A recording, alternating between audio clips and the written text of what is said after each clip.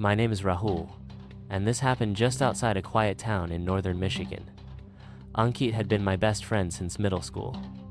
We practically grew up together, yet, in all those years, not once had I ever been inside his house. I had invited him over dozens of times, especially when my parents were out sleepovers, horror movie marathons, you name it. But his place? Never. So when one Friday evening he casually asked, "Hey man, you want to come over tonight? My parents are out. Thought we could watch a movie or something." It felt off, like he was trying too hard to make it seem normal. Still, I agreed.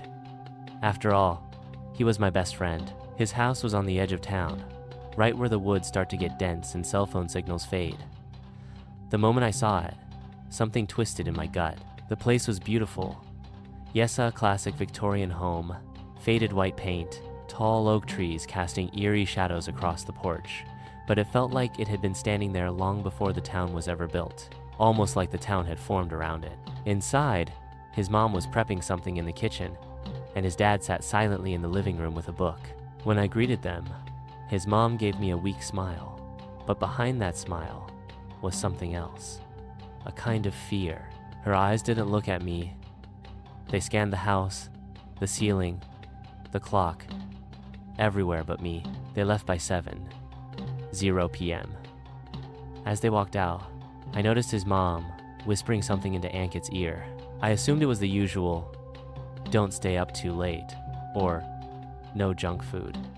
But the way she said it, it didn't sound ordinary. We grabbed some pizza and cold drinks, went upstairs to his room, and queued up a horror flick on Netflix. His room, in contrast to the neat house, looked like a storm had hit it. Books, clothes, and sports gear were everywhere. "Your mom doesn't kill you for this mess?" I joked. He just shrugged. "I'll clean it later. Let's just enjoy the movie." The movie played. Time passed. 9:55 p.m. Then he said something that made my blood run cold.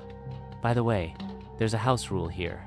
After 10 p.m., we don't leave our rooms, no matter what." I thought he was joking. "Wait, what?" "I'm serious. No matter what happens, we stay inside the room." I laughed. "And what if I need to pee?"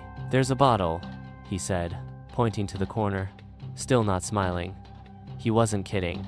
At exactly 10:00 p.m., the grandfather clock downstairs let out a loud, echoing chime. With a sudden rush, Ankit sprang from the bed and bolted the door shut.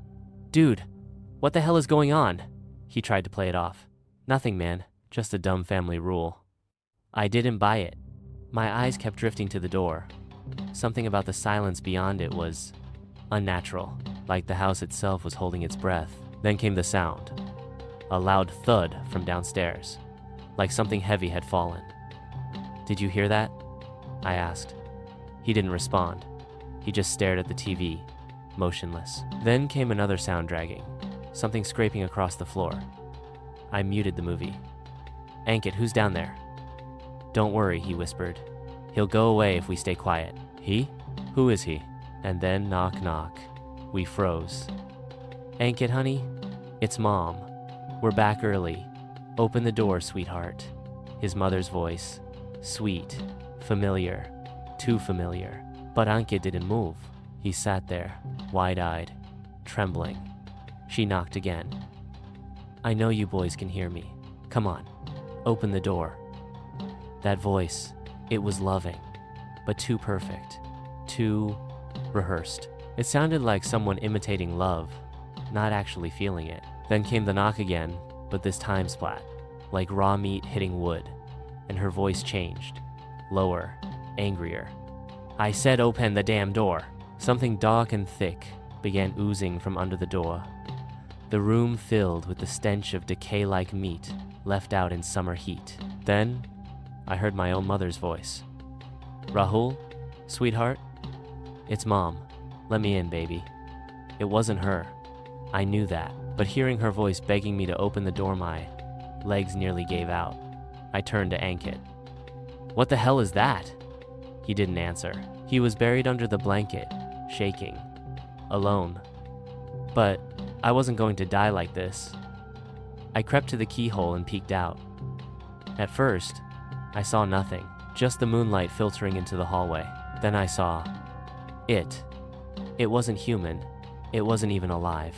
It looked like it had been stitched together from furniture and object chairs for legs, a coat rack for an arm, its torso made of crumpled shelves and curtains, and it wore his parents' clothes. On its face, instead of eyes or a mouth, was a dark, gaping void. The house had come alive. I stumbled back. And then came my mom's voice again. "Rahul, I know you're watching me. Let me in." That thing was talking in my mom's voice, then scratching. Deep, sharp, deliberate scratching, like talons on wood. It went on for hours, calling to me in the voices of my family. Even my dead uncle. They were all perfect copies. And then, silence. I whispered, "Maybe it's gone." Ankit whispered, "No, it never goes. Not until it gets what it wants." He finally confessed, "This house, it's alive. It feeds off fear. My great-grandfather built it on cursed land, and it made a deal during the day. It's ours. But from 10 p.m. till dawn, it belongs to him, to the thing. The house." At first, it just haunted them. But lately, it wanted more. Blood. "And that's why you invited me?" I asked, backing away from him. "You needed a sacrifice." He burst into tears. "I didn't want to, but my parents said it had to be someone new. Someone not from the bloodline." Just then, boom, something slammed into the door. The whole wall shook. "It's coming!" Ankit screamed. The door flew open. There it was. Its face had changed.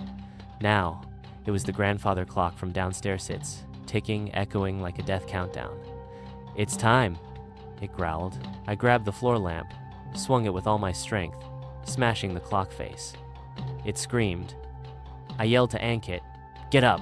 Window now!" We dragged a dresser, blocked the hallway, and rushed to the window, but it was jammed. Ankit was paralyzed with fear. I dragged him anyway. We needed light. Any light. Then I saw it. A flashlight by the TV. I grabbed it, switched it on, and blasted the creature's face with the beam. It howled in agony. Light. That was its weakness. "It lives in darkness," Ankit gasped. "It disappears at dawn. If we could keep it out, expose it to daylight, we might survive." I made a plan. I lured it upstairs, onto the roof. I knew the sun would rise in minutes. I had to keep it out in the open just a little longer, but my flashlight was dying. The beam was flickering. I had no place to hide. It cornered me. Just as it lunged, the sun rose. A golden beam lit the roof, and when it touched the creature, it screamed like the earth was splitting. Its body furniture, cloth, curtains ignited and crumbled into ash. Its screams turned to gurgles, then silence. It was gone. Forever. Ankit's parents rushed to the roof. They saw the charred pieces. They saw me shaking, broken, alive. They fell to their knees, apologizing, weeping. They had brought me here to die, but I was the one who killed the curse.